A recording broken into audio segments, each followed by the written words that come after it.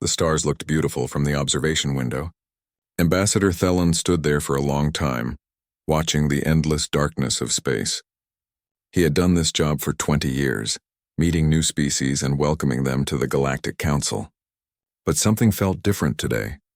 The distress signal they received 3 days ago came from a region no one had explored. The language was unknown. The technology was strange. And now, that mysterious ship was approaching the station.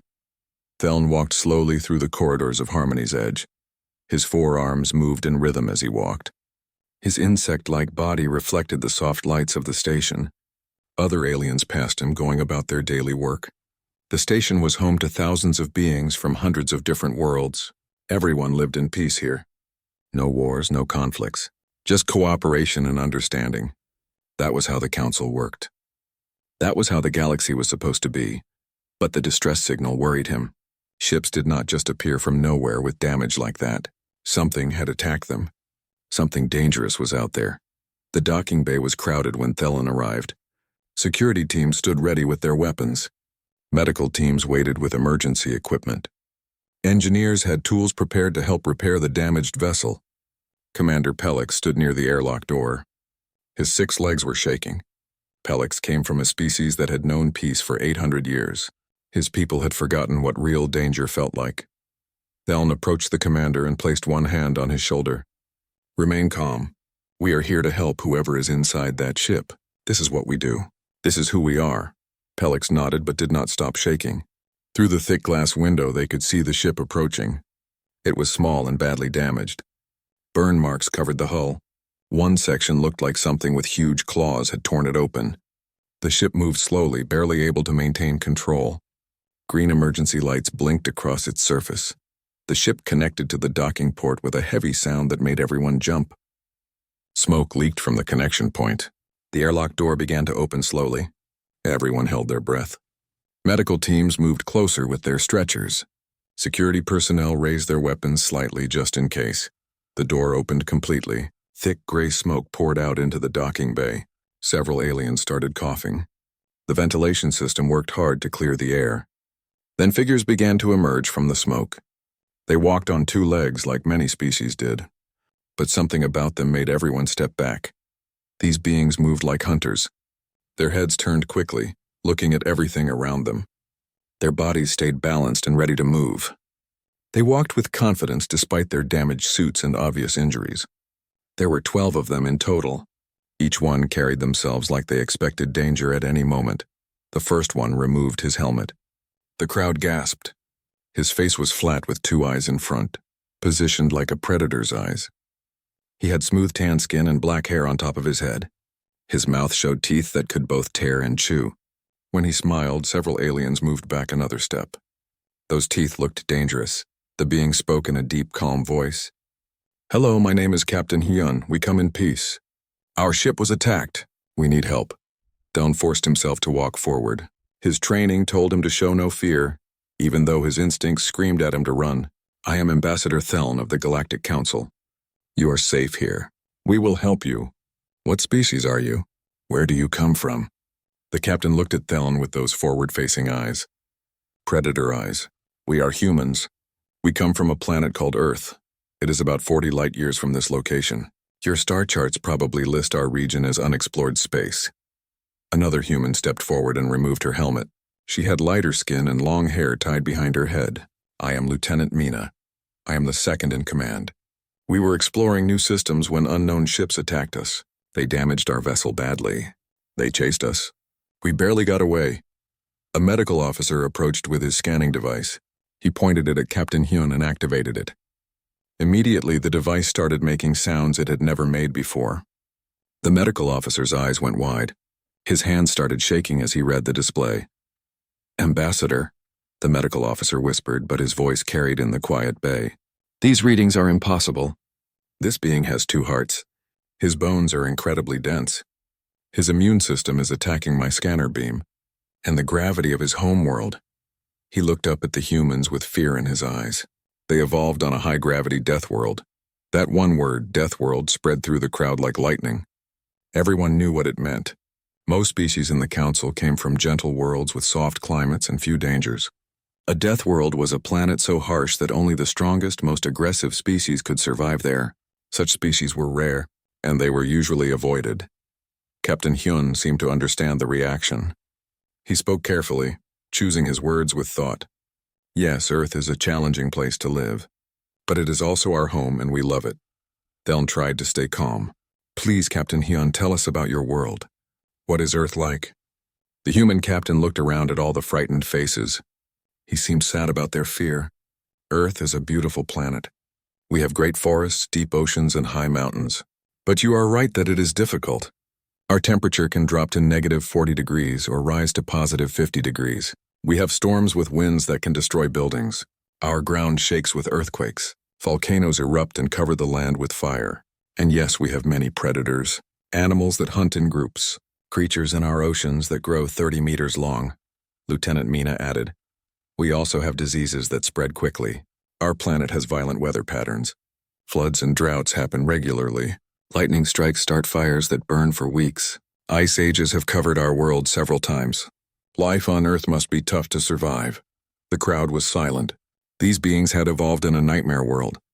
No wonder they moved like predators. No wonder they looked dangerous. They had to be dangerous just to live through each day on their planet.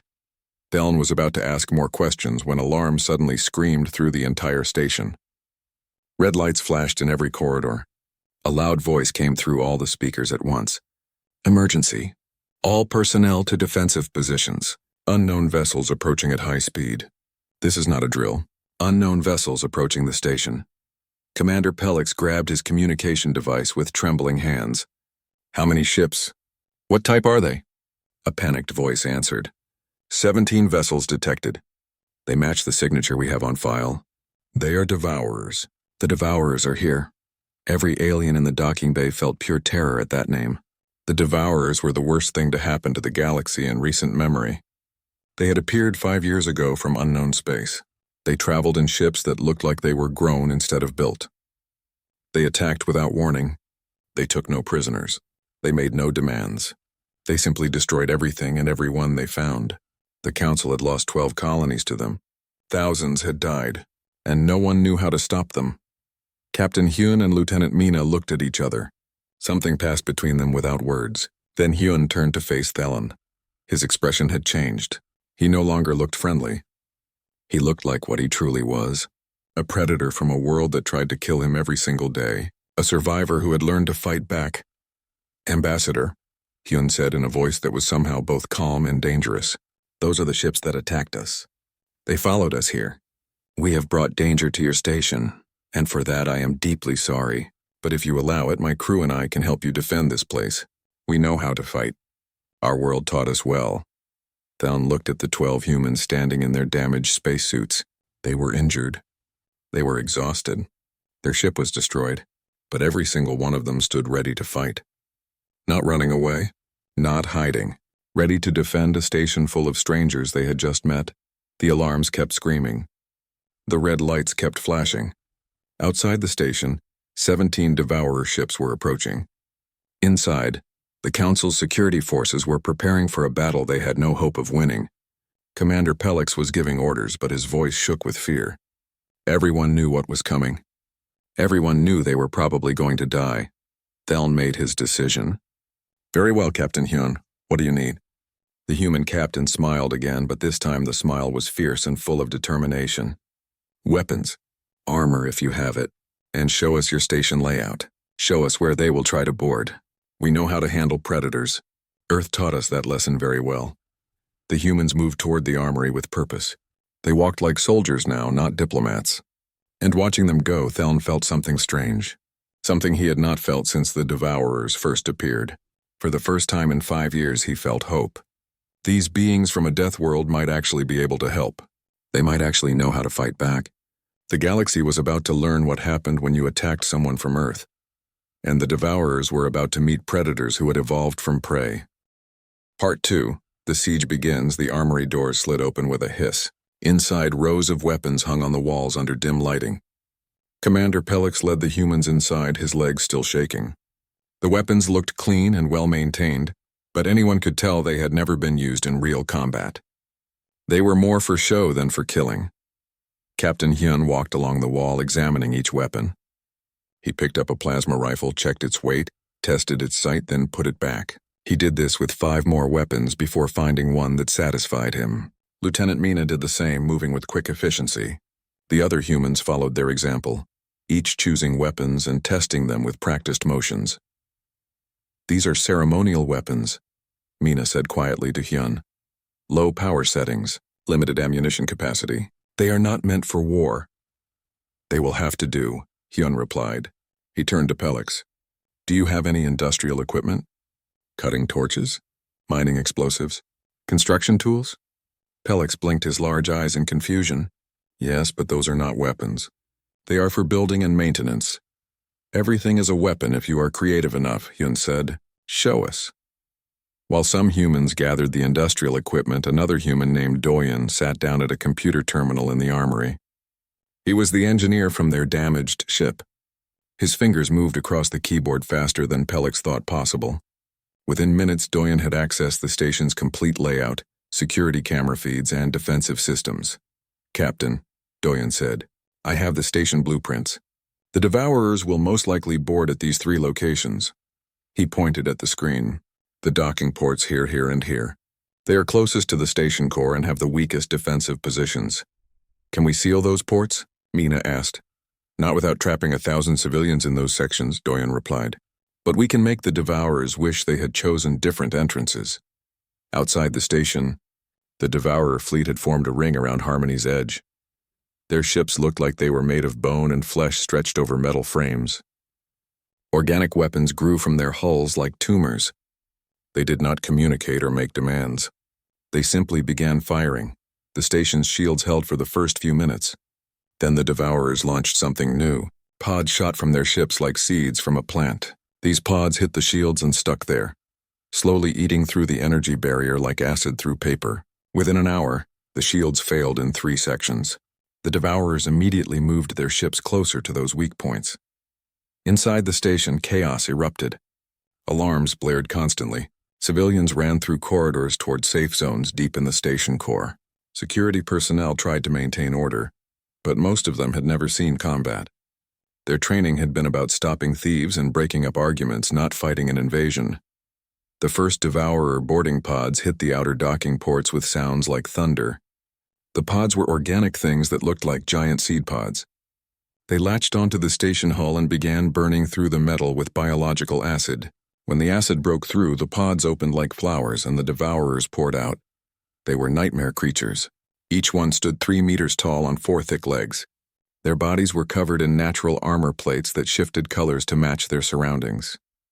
They had no faces, just openings full of teeth. Their forearms ended in claws sharp enough to cut through steel. They moved fast, too fast for something so large. The station security at the first breach point lasted less than 5 minutes. Their weapons barely scratched the Devourer armor. The creatures tore through the security teams like paper and began moving deeper into the station. Screams echoed through the corridors as civilians fled before them. But at the second breach point, something different happened. The Devourers burst through the hull into a cargo bay. They spread out, searching for prey. The bay seemed empty. Then the lights went out. In the darkness, the Devourers heard a sound they had never heard before. It was human laughter. The cargo bay exploded. Doyen had filled it with industrial gas and rigged the ventilation system to spark at the right moment. The explosion did not kill all the Devourers, but it stunned them and set them on fire. Before they could recover, the humans attacked from the shadows. Captain Hyun had divided his 12 people into 3 teams of 4. Each team took a breach point. At the second breach, Mina led the attack. She had taken a plasma cutter from the maintenance section, a tool meant for ship repairs. In her hands, it became a weapon. She moved through the smoke like a ghost, cutting through Devourer armor at the joints where it was weakest. The other 3 humans in her team worked together with perfect coordination. They used the station layout to their advantage, leading Devourers into narrow corridors where their size became a disadvantage. They dropped heavy cargo containers on them from above. They sealed doors behind them, trapping them in sections where Doyen had rigged more explosives. At the third breach point, Hyun's team faced the largest group of Devourers. 20 of the creatures poured into a wide hallway leading to the civilian shelters. Hyun stood alone in the middle of that hallway, waiting. Behind him, 3,000 civilians huddled in fear. When the Devourers saw him, they charged. A single human could not stop them. They had killed thousands of beings across dozens of worlds. One more death meant nothing. Hyun did not run. He raised his plasma rifle and fired at the ceiling. The shot hit a support beam that Doyon had already weakened. The ceiling collapsed, blocking the hallway with tons of debris. But the Devourers were strong. They began digging through the rubble. That was when Hyun showed them what Deathworld evolution meant. While they dug, he ran along the walls using maintenance ladders and ventilation shafts. He appeared behind them and fired at their unprotected backs. When they turned to face him, he was gone, attacking from a different direction. He led them in circles, exhausting them, making them angry and careless. One by one, Hyun eliminated them. Not because he was stronger, but because he was smarter. His species had survived on Earth by being more clever than the predators that hunted them. Now that same intelligence made him a perfect hunter. In the station command center, Ambassador Theln watched the security feeds with growing disbelief. The Council's forces were losing badly at most breach points. But wherever the humans fought, the Devourers were the ones dying. 12 humans were holding back an invasion that should have swept through the station in hours. How are they doing this? Helix whispered, watching Mina fight 3 Devourers at once. She was injured, bleeding from a cut on her arm, but she still fought with fierce determination. They should be dead. They should have run away. A scientist named Jiwon stood next to Theln. She was human, part of the original 12. She had stayed behind to help coordinate the defense from the command center. She watched her crewmates fight with calm eyes. On Earth, Jiwon said quietly, our ancestors were not the biggest or strongest creatures. We did not have claws or fangs or armor, but we had something better. We had endurance. We would chase prey for days until it collapsed from exhaustion. We would track wounded animals across entire continents. We never gave up, never stopped hunting until we won.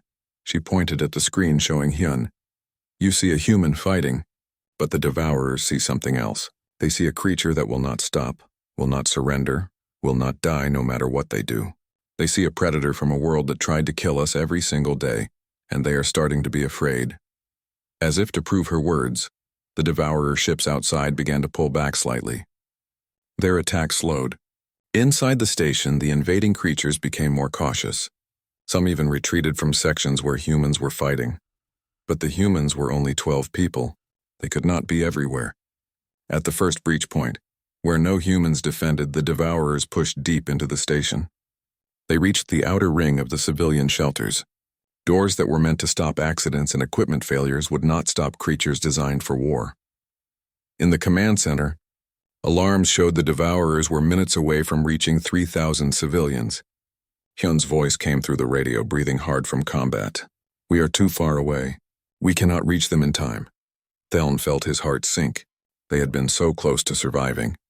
The humans had given them hope, but hope was not enough against overwhelming numbers. He reached for the communication controls to order the civilians to prepare for the worst. Then new alarms sounded. These were different. The sensors showed something appearing at the edge of the system. Something was coming out of faster-than-light travel. Something big. On every screen in the command center, a new image appeared. A ship, massive and angular, covered in weapons. Human letters marked its hull. Soul's Hammer. A voice came through every speaker in the station. The accent was different from Hyun's, but the language was clearly human. The voice was strong and angry and absolutely certain. This is Captain Taehyung of the Earth Defense Fleet. We received your distress call. Hold your positions. Reinforcements have arrived. Part 4. Aftermath and Understanding. 3 weeks after the battle, Harmony's Edge looked almost normal again. The hull breaches had been repaired. The damaged sections were rebuilt. But things had changed in ways that went deeper than broken metal and shattered walls. The Council had seen something they could not forget. They had seen what Deathworld evolution could create. The Council chambers were full for the emergency session. Representatives from 200 species sat in their assigned seats talking in dozens of languages. The chamber's translation system worked constantly to keep up with all the different voices. At the center of it all, Ambassador Theln stood at the main podium waiting for silence.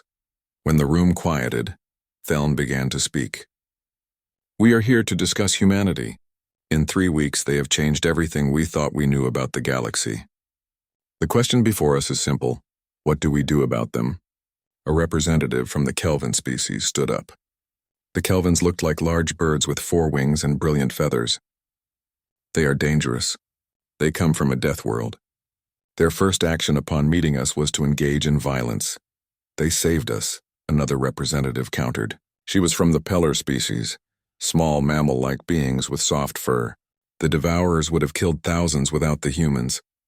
They saved us because they brought the Devourers to our doorstep, the Kelvin argued. This is not peace.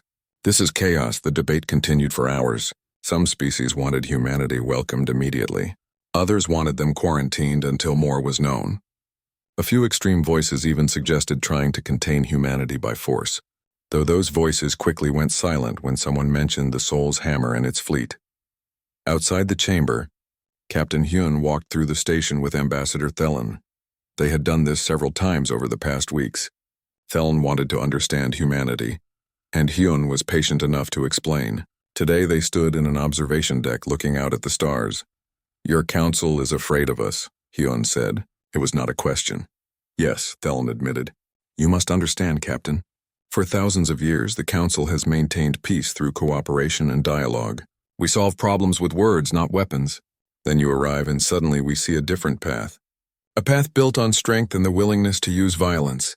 Hyun nodded slowly. Earth tried peace for a long time. We had wars, terrible wars that killed millions. Eventually, we learned to talk to each other instead of fighting. We built a unified government. We explored space together. But we never forgot the lessons of our wars. We knew the galaxy might not be peaceful. And you were proven right. Yes, but that does not make us happy about it. Hyun looked at Thelen with serious eyes. We do not want to be warriors. We want to explore, learn, and create. But we will be warriors when we must to protect what we value. Your species would do the same if you had evolved on worlds that demanded it. Thelen thought about this. His own world had been gentle, with almost no predators and stable weather. The Vrelith had evolved intelligence to solve social problems, not to fight for survival. You said Earth tried to kill you every day. What did you mean? Hyun smiled, but there was sadness in it. Earth is beautiful, Ambassador. It has forests that stretch for thousands of kilometers, oceans deeper than your tallest buildings, and mountains that touch the clouds. But it is also deadly. Storms that can flatten cities, earthquakes that split the ground open, winters cold enough to freeze you solid in minutes, animals that see humans as food, diseases that can kill millions. How did you survive? By working together. By being smart. By refusing to give up. Hyun turned from the window. My ancestors were not the fastest runners or the strongest fighters. But they could throw spears with accuracy, make tools with their hands, and communicate complex ideas. They could plan hunts that took days. They could remember which plants were poisonous and which ones healed. Most importantly, they could work in groups where everyone contributed. And now you bring those abilities to the stars. Yes. We bring our ability to endure, to adapt, to solve problems through cooperation and determination. We also bring our art, our music, our stories, and our dreams. Hyun pulled out a small device from his pocket. Do you want to hear human music? Thelen agreed, curious. Hyun activated the device and sound filled the observation deck. It was unlike anything Thelen had heard before. The music had complex rhythms, soaring melodies, and emotional depth that made his heart beat faster. It told a story without words, painting pictures in his mind of struggle and triumph, sadness and joy. When the music ended, Thelen found himself moved in ways he did not fully understand. That was beautiful, and also sad. What was it about? It is a piece called Arirang, Hyun explained. It is very old from my homeland on Earth. It speaks of longing and hope of being separated from what you love but never forgetting it. My people sang this song through wars and occupations, through hard times and good times. It reminds us that beauty exists even in suffering. This conversation was interrupted by an urgent message. A human intelligence officer named Seojin requested an immediate meeting with both Hyun and Thelen. They met him in a secure conference room. Seojin was younger than Hyun, maybe 30 years old, with sharp eyes that missed nothing. He worked in signals intelligence, monitoring communications across space. He placed a data chip on the table. I found something disturbing, Seojin said. The Devourer attack on the station was not random. Someone hired them. Someone with access to Council communications told them exactly when and where humanity's first contact ship would arrive. Thelen felt cold. That is impossible. Who would do such a thing? Seojin activated a holographic display. Encrypted messages appeared along with transaction records and communication logs. A faction within the Council called the Sovereignty. They are afraid of what contact with Deathworld species means for the current power structure. They paid the Devourers to destroy humanity's ship before formal contact could be made. The Sovereignty, Thelen whispered. He knew of them. They were a group of older species who believed the Council should remain closed to new members. They had political influence but no real power, or so everyone had thought. There is more, Seojin continued. The Sovereignty has been quietly building support. They have convinced several species that humanity represents an existential threat. They are planning to push for a vote to reject humanity's application to the Council, and possibly to quarantine Earth. Hyun stood up, his face hard. They tried to kill us. They hired murderers to destroy our ship, and now they want to imprison an entire planet. We need evidence, Thelen said. Evidence that will convince the full Council. Do you have it? Seojin smiled. I have everything. Communications records, financial transactions, encrypted messages that I decrypted, even recordings of Sovereignty members discussing the plan. It is all here. The next day, Captain Taehyung returned to the station with news from his expedition. The human fleet had found the Devourer home base. It was a massive station built into an asteroid field, home to millions of Devourers. But they had also found something else. Records showing dozens of species that had hired Devourers to attack their enemies. The Devourers were not just raiders. They were mercenaries who worked for anyone willing to pay. This news shocked the Council. Many species realized their colony losses were not random attacks. They were targeted strikes paid for by someone with a grudge or a political agenda. The galaxy was not as peaceful as everyone had believed. The Council called another emergency session. This time, Thelen presented the evidence Seojin had gathered. The chamber was silent as they watched recordings of Sovereignty members planning humanity's destruction. When the last recording played, the chamber erupted in angry voices. The Sovereignty representatives tried to defend themselves, but there was no defense. They had violated the most fundamental rule of the Council, attacking another species without provocation.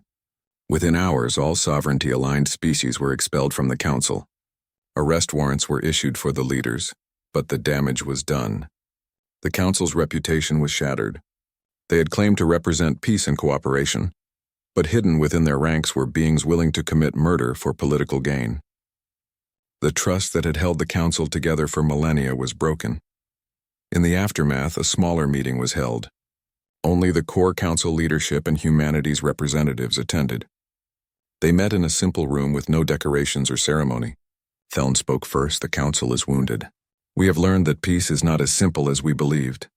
We need to rebuild, to create something stronger and more honest.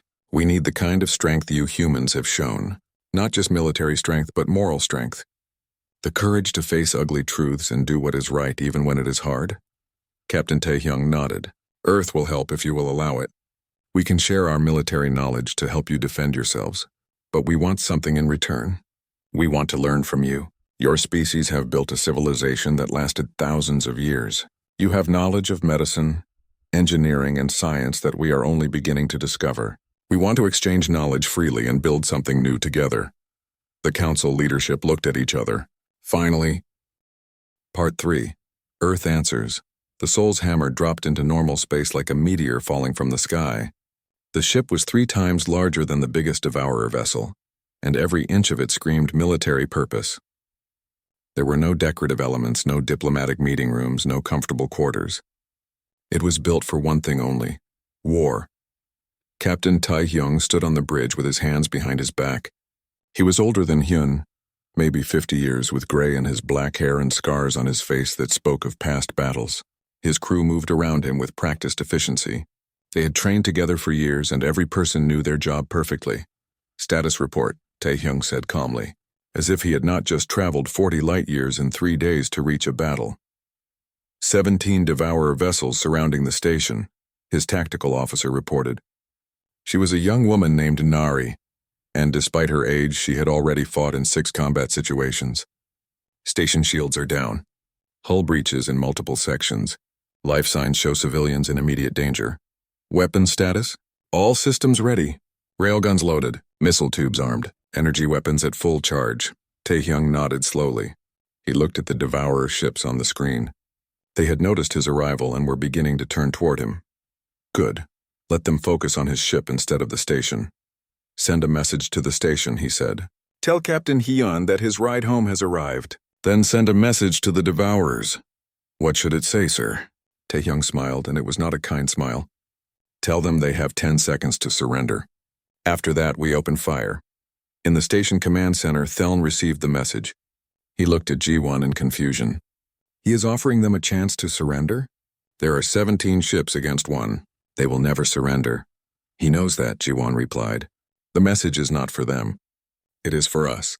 He wants us to know that Earth follows rules of war, even when the enemy does not. 10 seconds passed in silence. The Devourers did not respond. They simply began moving their ships into attack formation around the Soul's Hammer. Time is up, Taehyung said. Fire at will. The Soul's Hammer opened fire with every weapon at once. Railgun rounds traveling at a significant fraction of light speed tore through the first Devourer ship before it could react. The ship broke apart in a flash of exploding organic matter and twisted metal.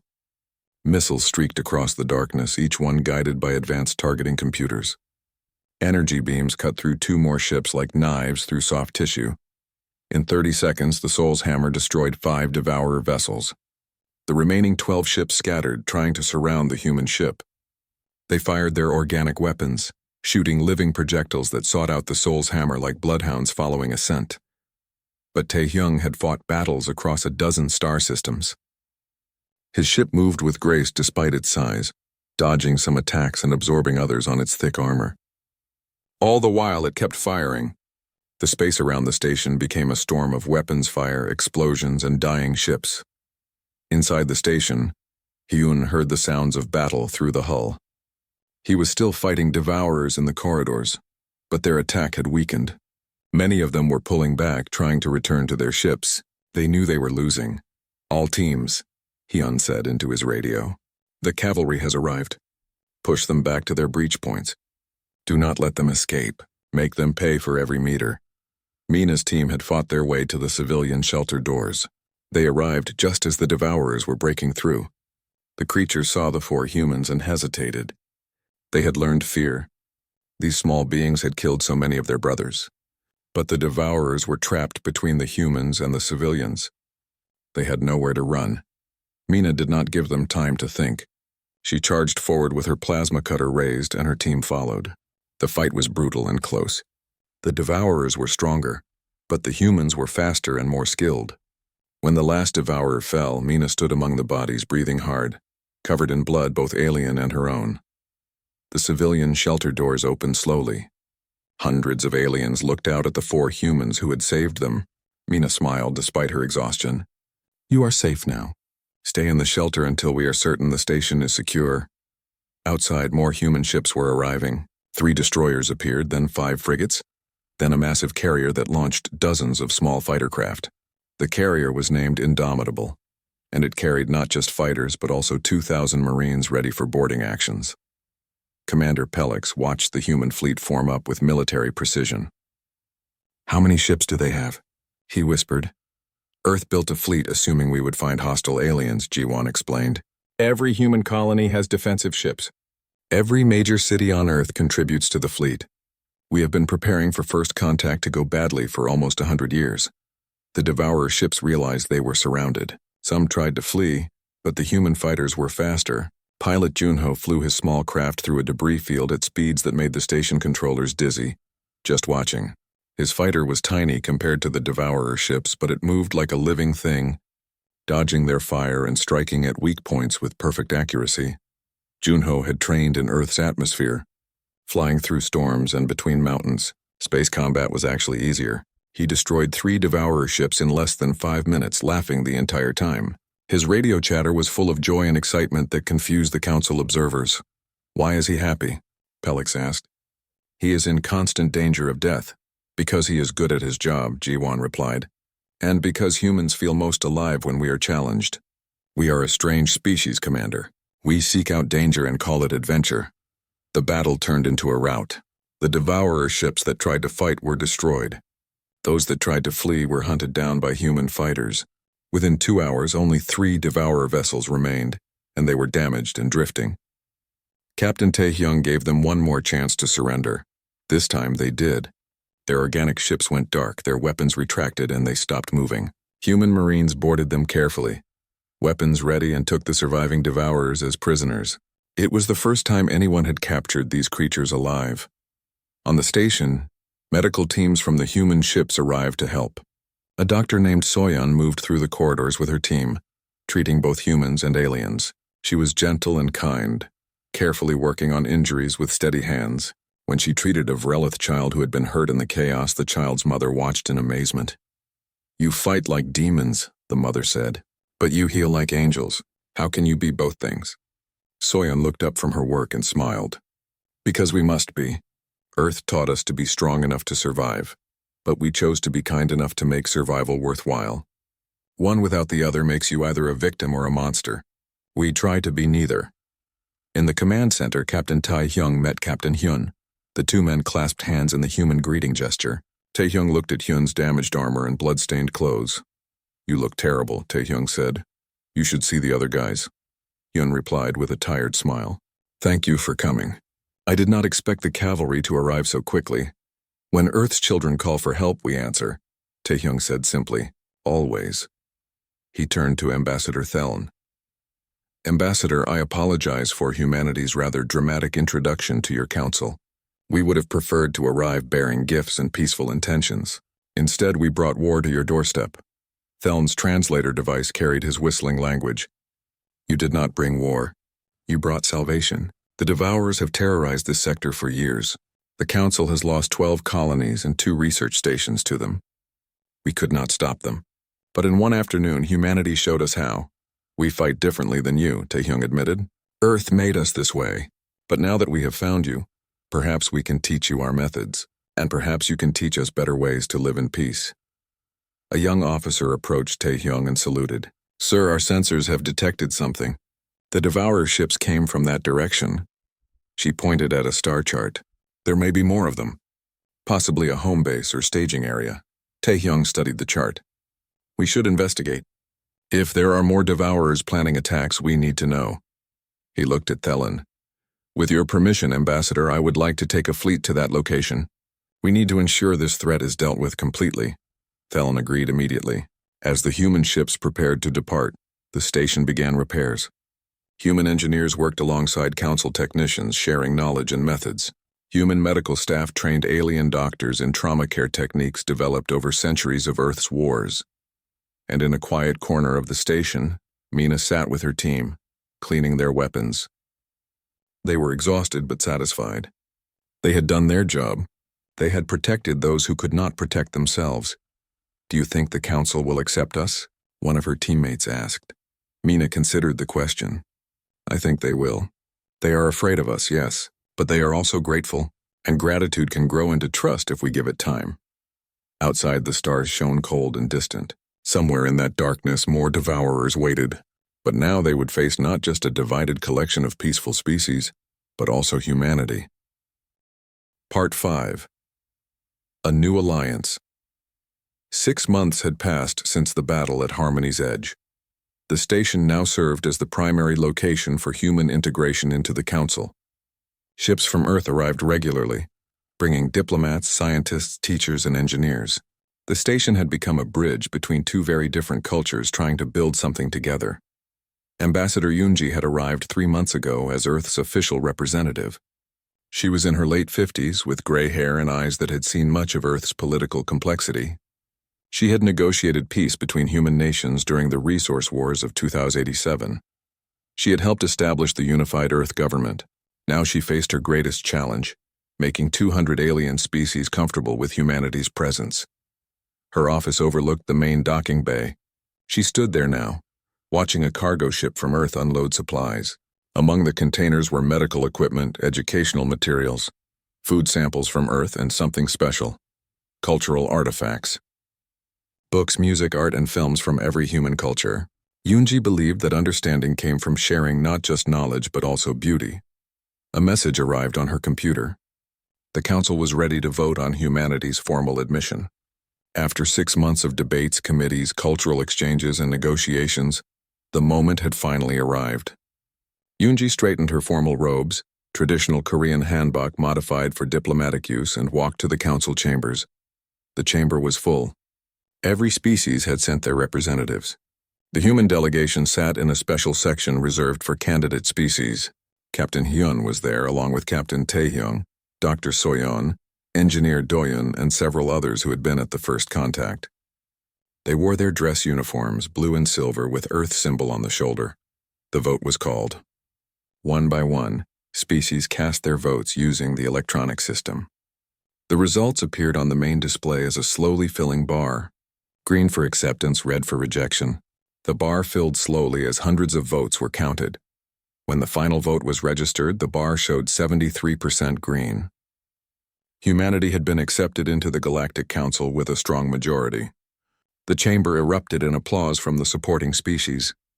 A few representatives looked unhappy, but they accepted the result.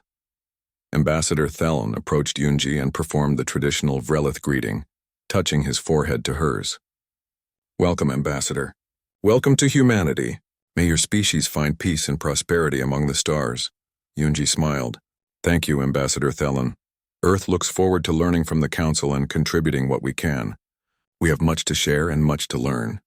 The formal ceremony took hours. Speeches were made, documents were signed, and symbols were exchanged. But the real work began afterward. Humanity now had responsibilities. They had promised to help defend the Council, to share their knowledge, and to work toward peace.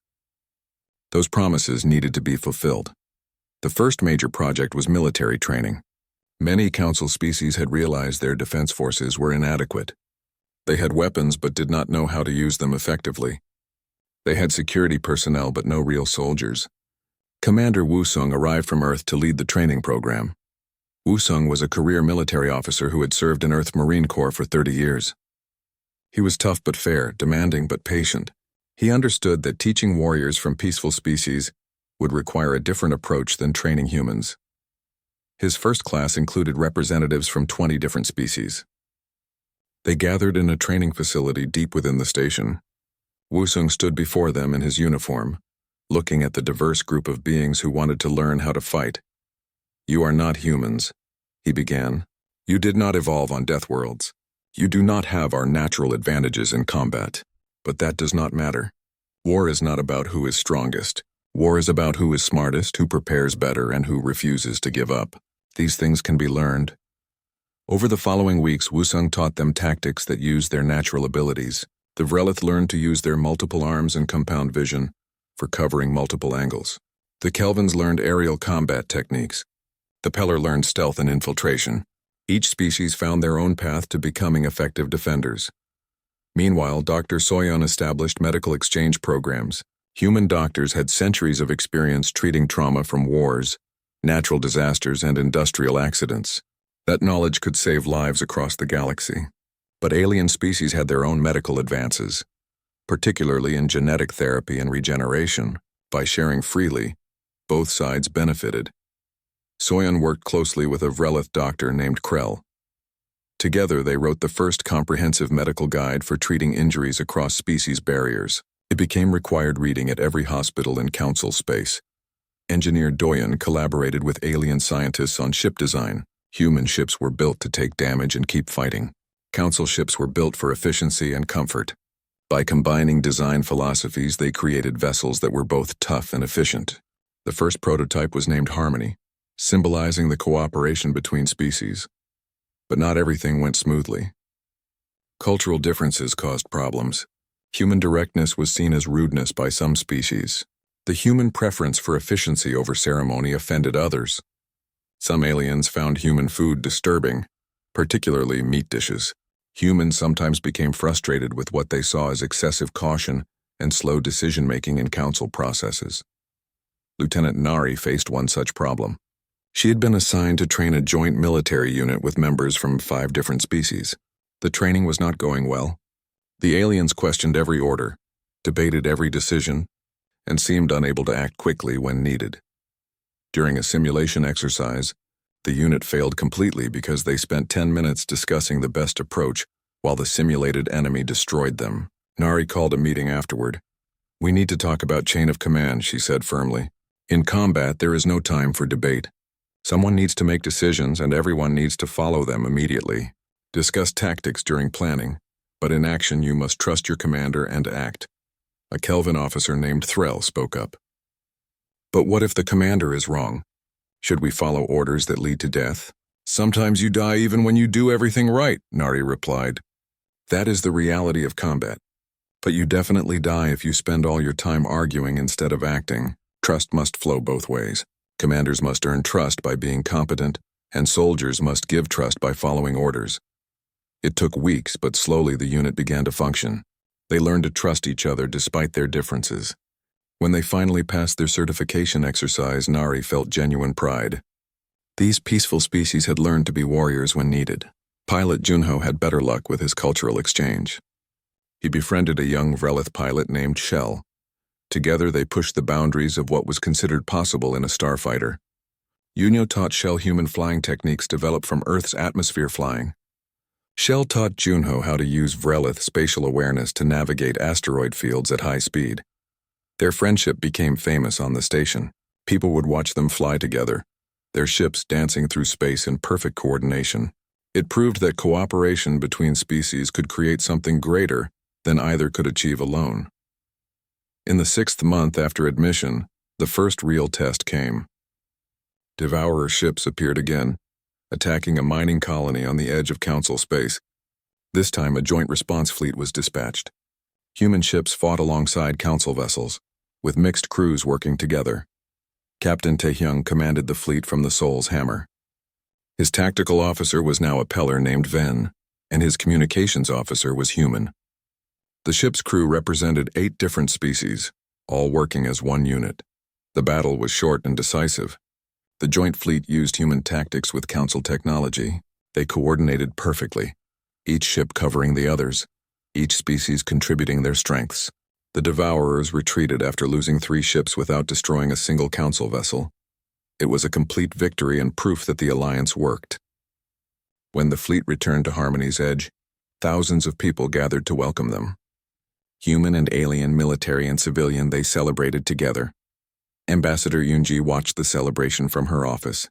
Ambassador Thelen joined her there and they stood in comfortable silence for a while. "Do you think this will last?" Thelen asked. "This alliance between your species and ours?" Yoonji considered the question carefully.